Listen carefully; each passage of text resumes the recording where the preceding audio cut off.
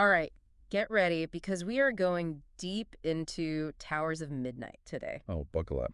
We're talking the 13th book in the Wheel of Time, Right. which, as everyone knows, means things are about as intense as they can get. Absolutely.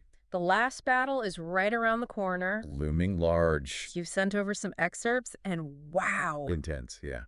every single character is at a crossroads in this book. What's true? Where do we even begin? Well, it's incredible, isn't it? Yeah. How each of these excerpts gives us a peek into a completely different kind of pressure cooker. Oh, for sure. You've got entire armies about to be wiped out, Right. kingdoms on the verge of collapse because of political scheming, and then there are the characters themselves. Oh, They're yeah. wrestling with their own demons. Oh, absolutely. And these demons are every bit as dangerous as the Dark One. Let's talk about those internal struggles for a minute. Okay, yeah. Perrin, our reluctant leader, Right. he's a perfect example.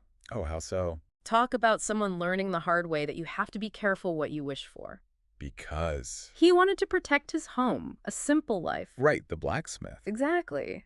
Now he's leading armies. He's got to be kidding me. He's facing down white cloaks, Trollocs, All at once. often at the same time, and he's battling his own inner darkness. It's true. That's what makes his story so interesting. Right. It's that struggle, trying to reconcile the blacksmith he was with this wolf he's becoming. Exactly. This isn't a story about just fighting an enemy you can see. Right. This is about facing down the darkest parts of yourself. 100%. The parts that make you question if you're even a good person, you know. Absolutely, especially when he's literally traveling in a wolf dream world. Oh, right, right. On the one hand, it gives him these amazing advantages as a leader. He's got these heightened senses. He can communicate with wolves. Tactile genius. Exactly. But it also forces him to confront these primal instincts. The savagery. Yes. The very things he's terrified of becoming. It's terrible. It's like walking a tightrope over an abyss, Oh, I see it. where one wrong step sends you plummeting into savagery. Wow, that is intense. How do you even deal with that kind of pressure? And you know what's really interesting? Everyone sees Perrin's journey so differently. In what way? Well, his followers, they see this strong leader, someone who's decisive in battle. Right. But Perrin's stuck on his failures, real or imagined. Oh, I see. He's haunted by every life he's taken and the man he's afraid of becoming. It seems like he just can't catch a break. What do you mean? Even when Fail finally gets back from being a prisoner, Right. Finally. she's ready to give him the support he needs so badly. He needs it. Their reunion is totally overshadowed by those awful rumors the White Cloak spread about him and Barrelin. Oh, that's right. I forgot about that. Ugh, I know. It's awful. It really shows you how much damage those kinds of rumors can do. They can poison even the strongest relationships. Exactly. But it does show how strong Fail is. Oh, yeah, she's something else. She's smart, politically savvy. For She sure. doesn't waste time pointing fingers. Nope. She uses her influence to shut those rumors down, subtly, of course. Right. She makes sure Perrin's authority isn't going anywhere. Wow, she is good. The best. She just gets it, you know? Gets what? In a world that's this messed up, perception is everything. Oh, totally. And Perrin, bless him, he's so busy with his own demons Makes sense. that he can barely see the political game happening around him. Fascinating. Talk about a study in contrasts. Totally different approaches. They have this amazing push and pull dynamic. How so? Perrin might be the one with the wolf powers and the superhuman strength, Right.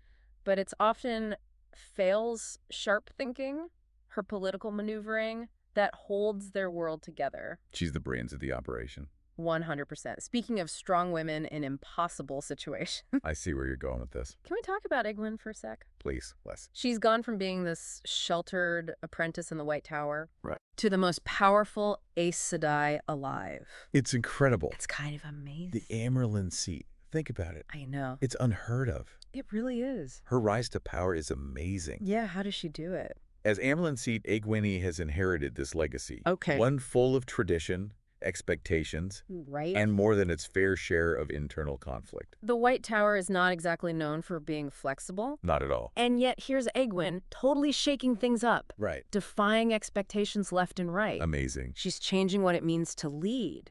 And don't forget, What? she's doing all of this while dealing with assassination attempts, navigating Aes Sedai power struggles, Mind. facing down a Forsaken in Tel'aran'rhion. It's crazy. Bessamana, no less. That confrontation is such a turning point. How so? Not just for Egwene, but for what it tells us about power itself. I see what you mean. Mesa Anna, she's a master manipulator, right? Yeah, yeah. She assumes she can totally use Egwene's inexperience against her. Classic Masad. But instead, Egwene completely outmaneuvers her.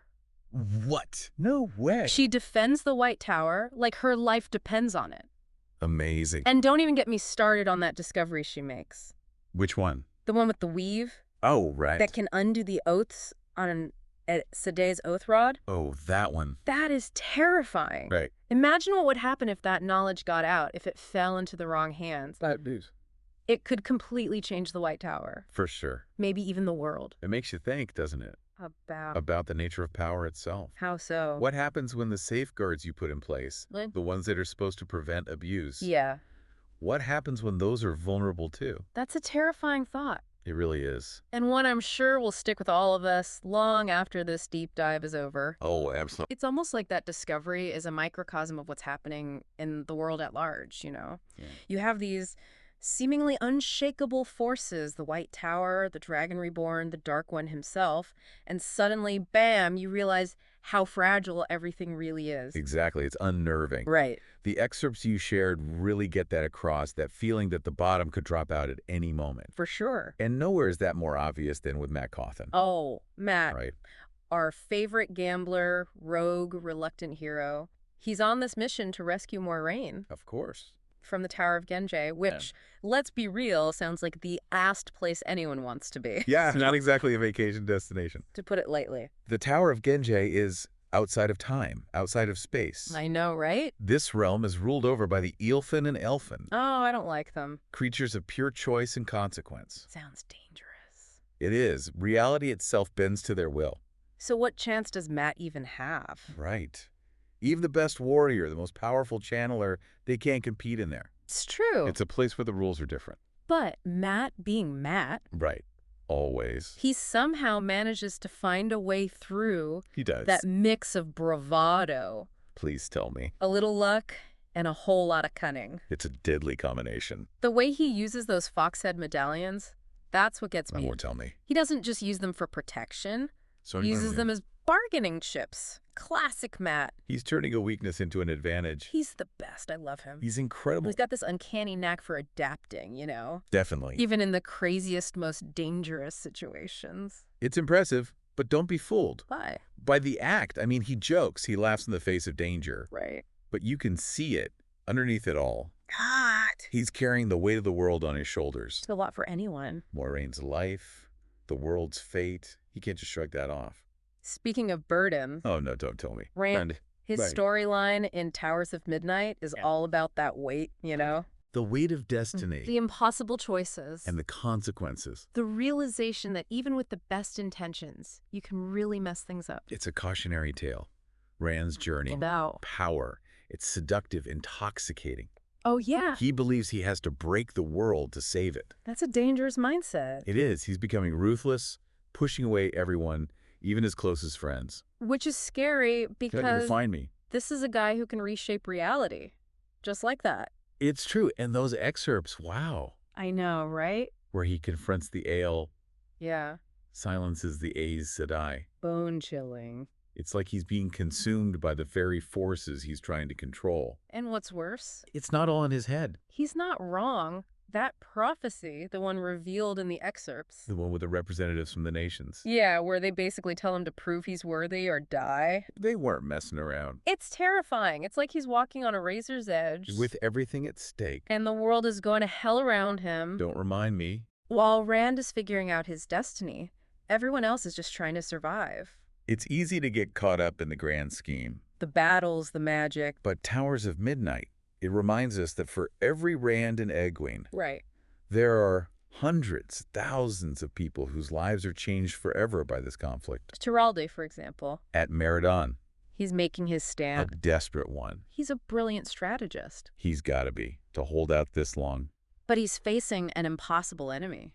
The Trollocs, they're relentless. You can feel his exhaustion, his determination. He knows the odds. He's still fighting, though. That's a Tiralde for you. He's amazing. A true hero. And sometimes help comes from the most unexpected places. Oh, you mean?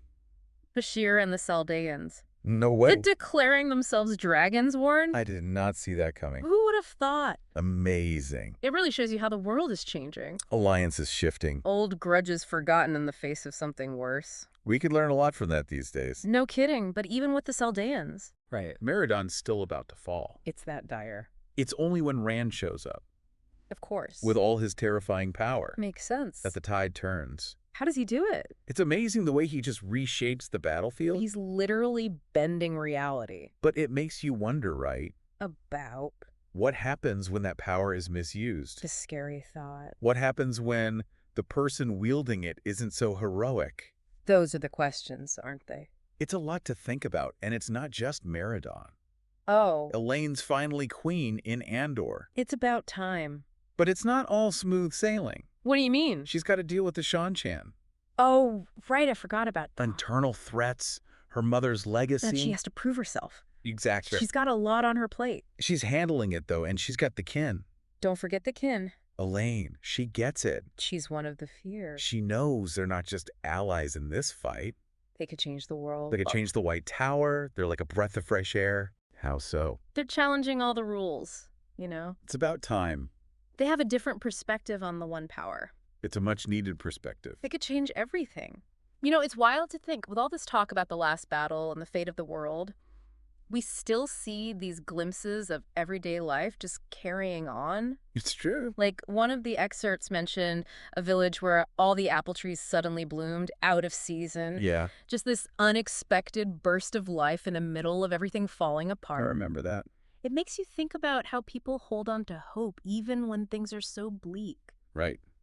It's remarkable. It really is. It's like this reminder that even in the darkest times, there's still beauty to be found, you know? Absolutely. And I think Right. it makes those moments where characters choose compassion in the middle of all that darkness even more powerful. Yeah, like when... Like when the wise ones healed the White Cloak. Oh, right after the battle at Meridon. Exactly. That was It incredible. was they were literally trying to kill each other hours before. It's a powerful reminder that empathy, it can exist anywhere. I think so, even between sworn enemies. Even when everyone's convinced it's us versus them. Exactly. It's like this underlying current, running through the entire series Of what? of interconnection, this idea that despite all our differences, the things that set us apart, Right. there's still this fundamental humanity that binds us together. That's a powerful message. It really is, especially these days. It's something we could all use a little more of, right? Definitely. In a world that feels increasingly divided, Oh, 100%. the Wheel of Time reminds us Mm, that compassion and understanding, these aren't weaknesses. right. They're powerful tools for change. And maybe that's what makes these excerpts, what makes the entire Wheel of Time series so captivating. I think so, It's not just about the magic, the battles. although those are pretty amazing. Oh, for sure. But it's more than that. It's about the choices we make. When we're facing impossible odds. The lines we're willing to cross, the things we're willing to sacrifice. It's about looking at these characters and asking yourself, Could I do that? right, could I handle that burden of leadership like Perrin? Knowing that every decision could have terrible consequences. Could I play the political game like Egwene? Walk that tightrope between ambition and compassion. Could I face down my own inner darkness? The things I don't want to admit to? And come out stronger on the other side. That's deep. It is heavy stuff. But that's what makes it so rewarding, right? For sure. It's not just an escape reading this series. Right. It's about confronting these questions, these dilemmas that people have been wrestling with forever. Exactly. It makes you think. And that is what a good deep dive is all about. Couldn't have said it better myself. And that brings us to the end of our deep dive on Towers of Midnight. Wow, the time flew by. It really did, but the conversation doesn't have to end here. Right. We want to hear from you. What really stood out to you in these excerpts? What choices would you make if you were in Rand's shoes, or Perrin's, or Egwene's? Let us join the conversation because we're always ready to hear your take on things. Oh.